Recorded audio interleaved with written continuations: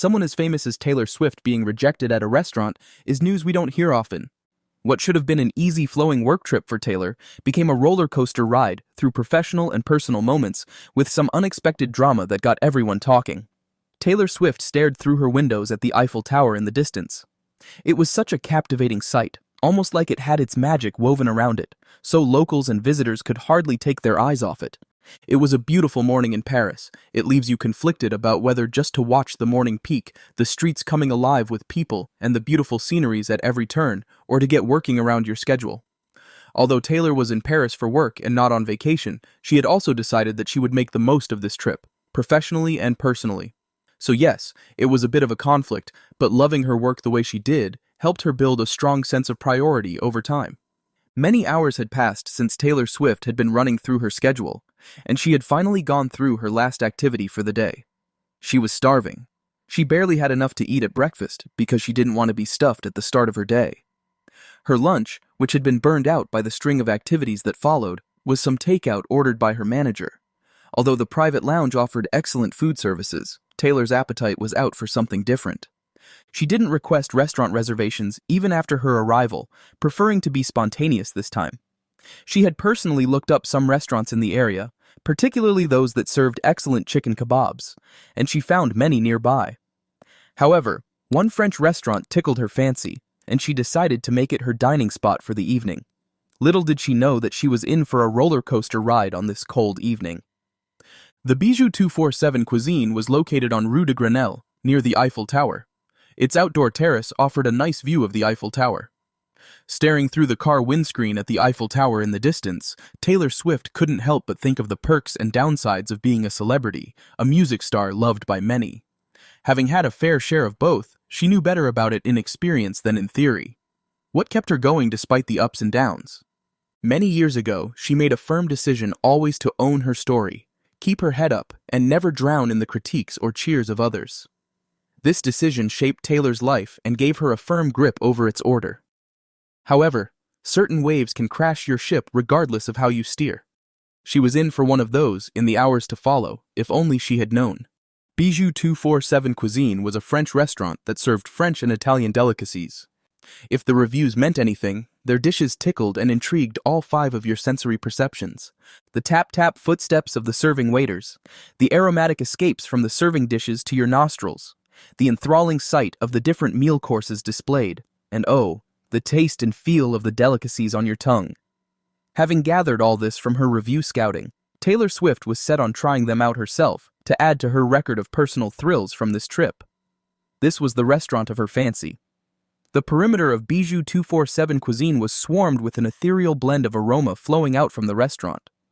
No wonder it was a very reserved space where people passing could not casually walk by without paying for passes.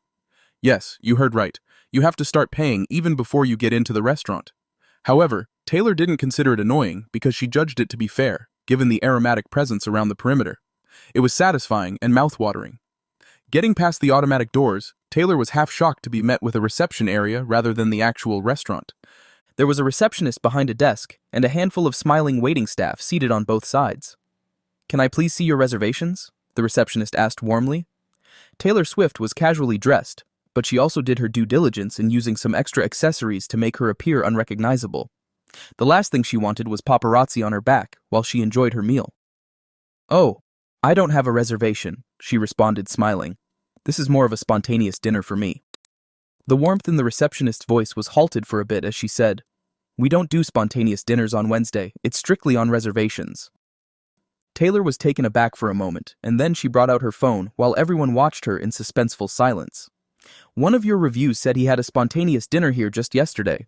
Why does it appear to be a problem today?" Taylor said the last part almost whiningly as she held up her phone. Frustration was starting to sneak in, and hunger pangs were almost unbearable. Taylor looked to her right and saw the exquisite diner through the floor-to-ceiling glass doors, with tables serving delicacies. She swallowed hard and turned to the receptionist with an almost pleading expression. The look on the receptionist's face softened for a bit as she stared at the whining lady before her, obviously hungry. "Pardon-moi, mademoiselle," she said, smiling. "Bijou 247 Cuisine operates 24 hours a day, 7 days a week. However, our services differ on some days."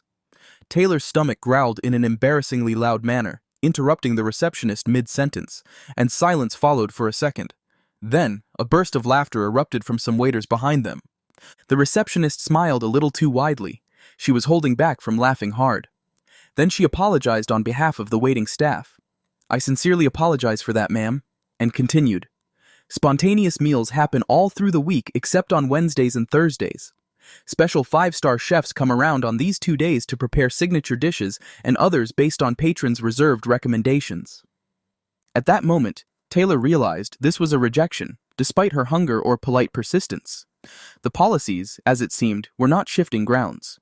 From then onward, everything else that the receptionist or even her manager said turned into a background echo she didn't want to listen to anymore.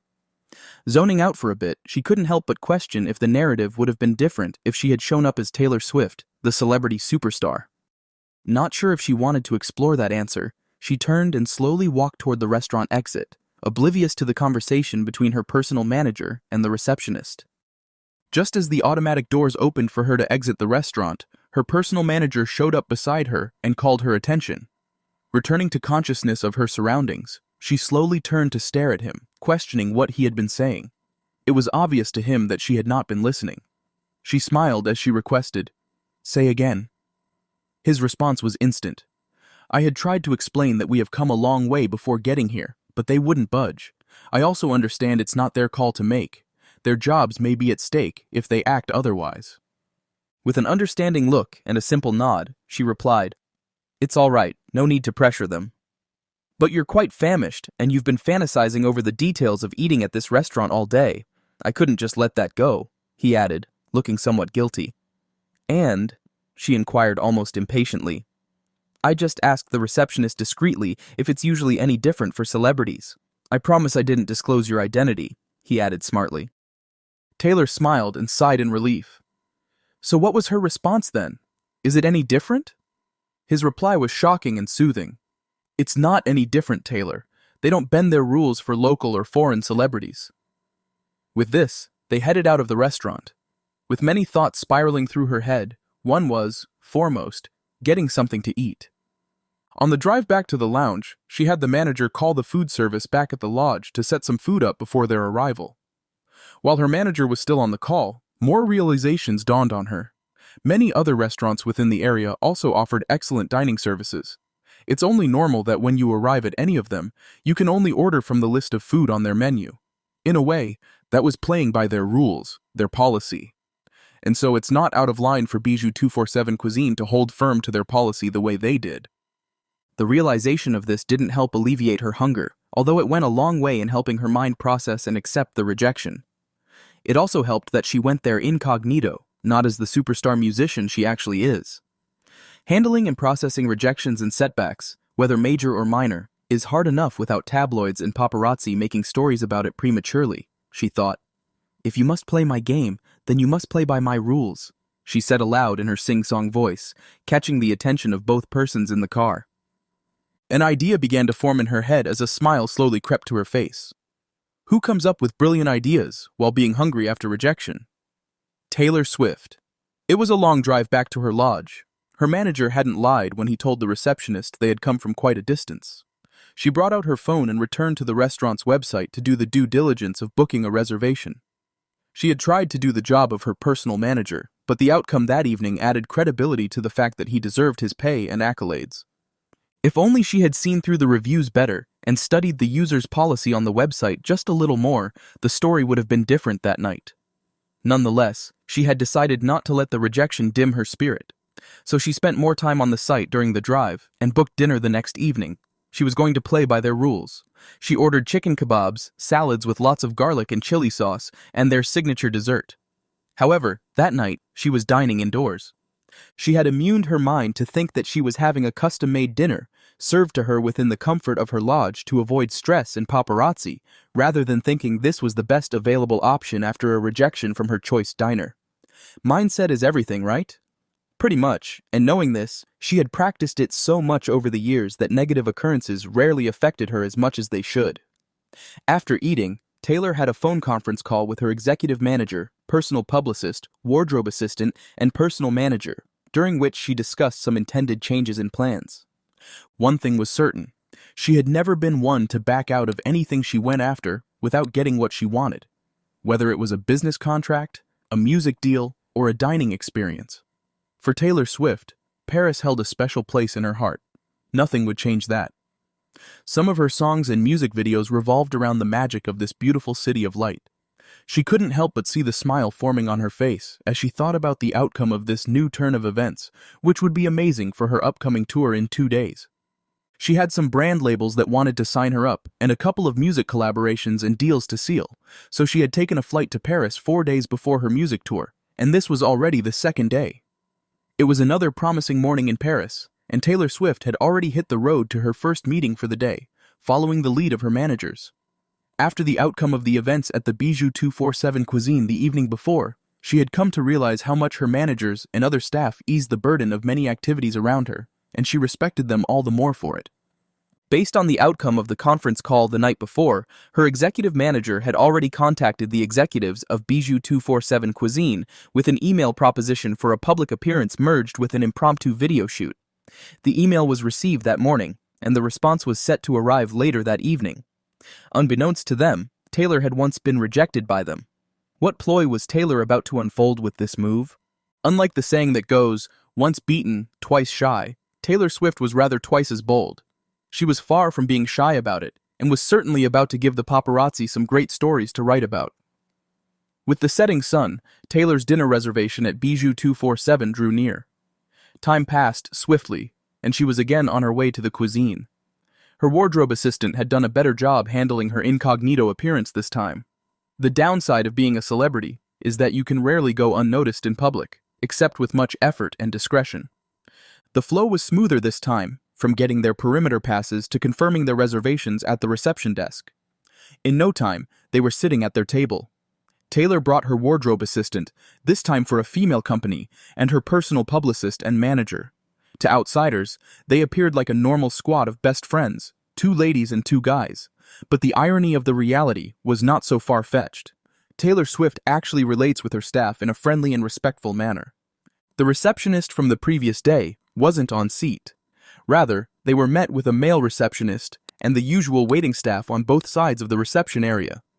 The transition from the reception to the diner was without hitches, as Taylor had also ensured reservations for the 3 staff members with her from the night before, after their conference call.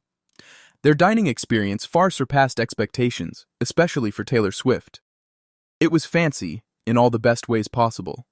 The ambiance of the dinner hall, the aromatic air freshener that swarmed the whole room, the services of the waiters, and even the artwork of the chefs were all amazing. This further strengthened Taylor Swift's belief that chefs were no little artists. She made a mental note to cull up some lyrics about that latter, while she delved in to enjoy every bit of each delicacy that was before her. She feasted with her nose and eyes, even before her mouth got to have a taste. Toward the end of their meal, Taylor's dinner experience made her think again about her ploy, and she zoned out for a moment before shaking it off. She was certain she had made the right choice. The second return after the rejection was done, ticked off the list, and on to the third. Taylor Swift's executive manager had received a positive response from the executives at Bijou 247 Cuisine, and the plan was set in motion. Calls began flying, vehicles got rolling, and everything was almost in place by noon the next day. It was a Friday and a day for spontaneous meals at the Bijou 247 Cuisine. The videographers, director, and everyone else were in position, except for Taylor Swift. They were all positioned within and outside the restaurant for a quick and short film. What was this about?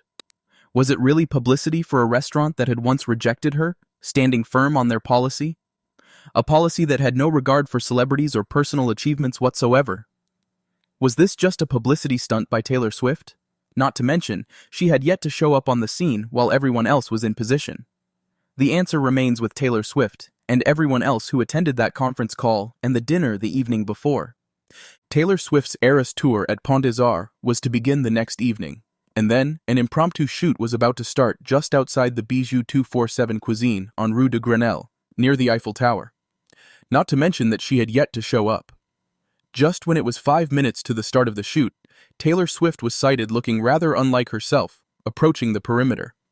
She was dressed in the exact incognito outfit from her first day at the restaurant. The shoot went as planned, and after the first set of scenes with that outfit, she was quickly changed into the second incognito outfit from the evening before. In the last scenes, she appeared as herself, Taylor Swift, the music superstar. The shoot was over in good time, not affecting the restaurant's daily flow. Evenings were the time they usually recorded the most patrons at Bijou 247 Cuisine, and the filming wrapped up before 3 p.m. The ploy almost completely unfolded, and it was already getting to the best part.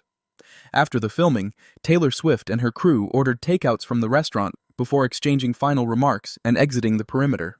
For the last bits of this unfolding ploy, video editors began working speedily on the clips, and within the first hour, some snippets were ready. Taylor Swift's personal publicist had already gotten to work long before. However, with the video clips that were out, the finishing touches were put in place, and in no time the media was buzzing with news of Taylor Swift in Paris and at the Bijou 247 Cuisine.